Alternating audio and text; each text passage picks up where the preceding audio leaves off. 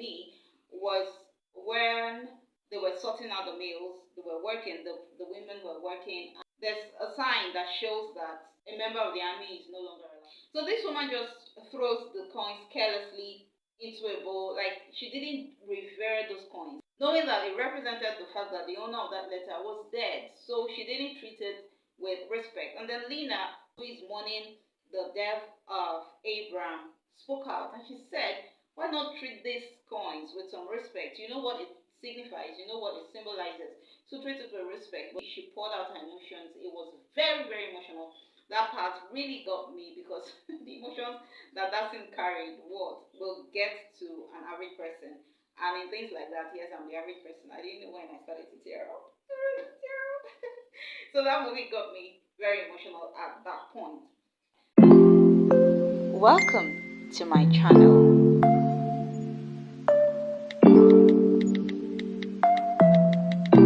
Hello everyone and welcome to another time with me on this channel, Elevate with Uche. I decided to share with you my opinion of these two movies that I watched because I found them to be very, very interesting. And of course on this channel, I don't do anyhow, if you understand what I mean. These movies are movies you won't regret seeing if it happens to be the kind. In terms of a lot of things that I will be discussing, the plot, characterization, cinematography, sound, and the themes of these movies. I'm referring to these two, Seven Doors and Six Triple Eight. Yes, these are the two movies that I'll be talking about. Okay, so for Seven Doors, what happened in Seven Doors? The plot is about a man named Adedunjoye who got married to an Igbo woman and they have two children. Now this man loves his wife and his children. He loves his family. He's going about his business until he got a call that it's now the time for his lineage to ascend the throne and he has to come answer the call. He refused and said no, he's not interested. He just wants to go about his life in the city, love his family, and live a beautiful life. But his wife comes to plead with him and begs him to accept that she'll be with him. It's a good thing. You want to be king over your people. So with the wife's persuasion, Adedunjoye agreed. The wife's name is Amaka. Adedunjoye agreed. He was welcomed with happiness. He became king after all the kingly rites were performed. He ascended the throne. But soon after, the people of Ilara, where he is king over, starts to experience trouble. Things started to happen. Deaths, accidents, and the villagers became angry at the king. At some point, they went protesting and saying they do not want the king anymore. So, in a bid to sort what the problem is, to find a solution, he was told he had to open 7 doors, which represented marrying 7 wives to atone for the sins of his forefathers. Some things had happened in the past, and that had to happen for all the calamities to stop in the village. He was unhappy. He didn't like the idea. He didn't want to marry any other woman apart from his wife. But when the troubles continued, he had no choice but to do as he has been instructed. When he got married to them, of course, he wasn't really pleased, so he didn't treat them right. At the end of the day, it wasn't just about marrying 7 wives. Now, the king has done everything he's been instructed to do, but the troubles and calamities were still very present with the people of Ilara. So it was revealed that he had to fight a spirit. So Adedujoye, the king, had to go fight this very powerful, vengeful spirit. And so he decided he would do it to save his people and to stop the calamities that have befallen Ilara. He goes to do the battle and he comes out victorious. I didn't mention that this is a Netflix movie. It was released on the 13th of December 2024. Did I mention it's a series?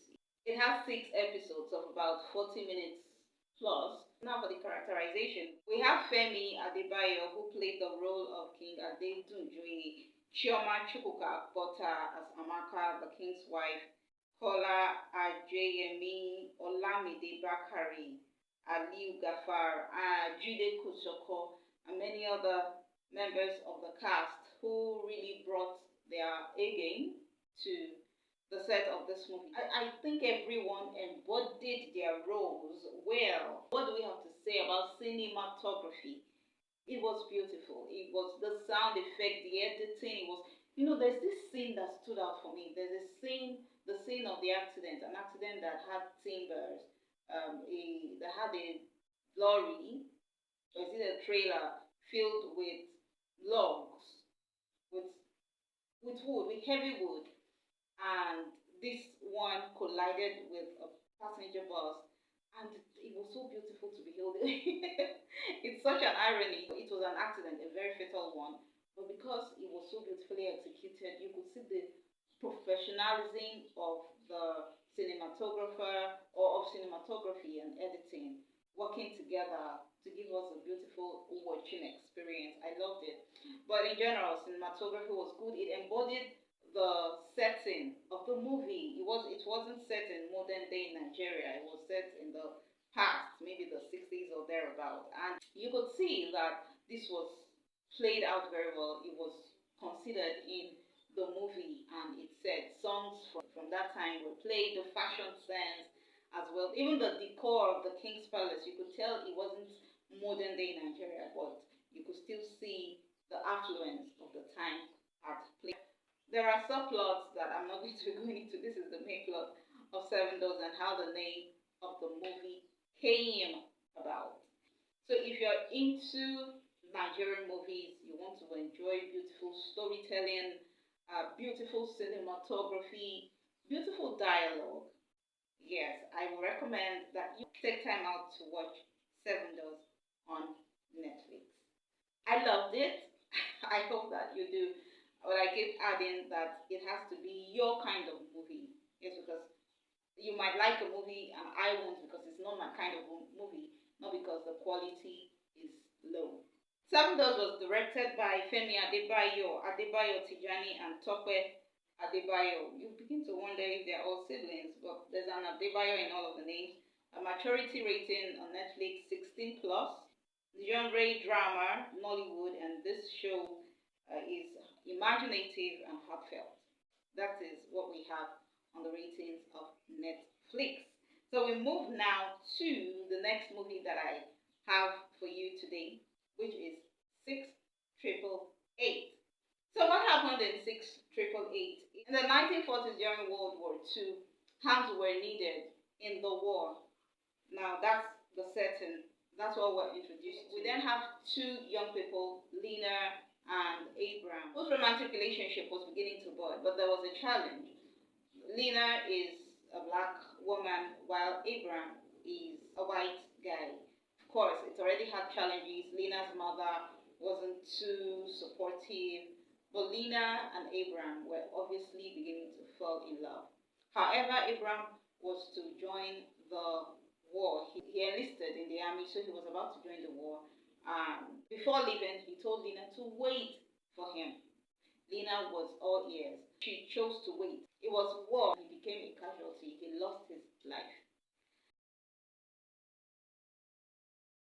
Now, the communication system then was through letters. And you had the army write letters to their family, and their family also write letters back to them. But for some time, there were no letters coming. Parents were always anxious, wondering why they aren't hearing from their children in the army. And this was affecting the morale of the army officers. So the president had to call a high-profile meeting to discuss what was happening, why those at the battlefront, why they were discouraged, so to say. So it boiled down to the fact that they were meeting their families. They don't know if their families are okay, and it was demoralizing them. So there had to be a solution with the mails, and this has been a backlog. So many mails over a long period of time have been written back and forth from members of the army to their family and from their family back to them. So something needed to be done. This all black, all women battalion were called to come take up this task.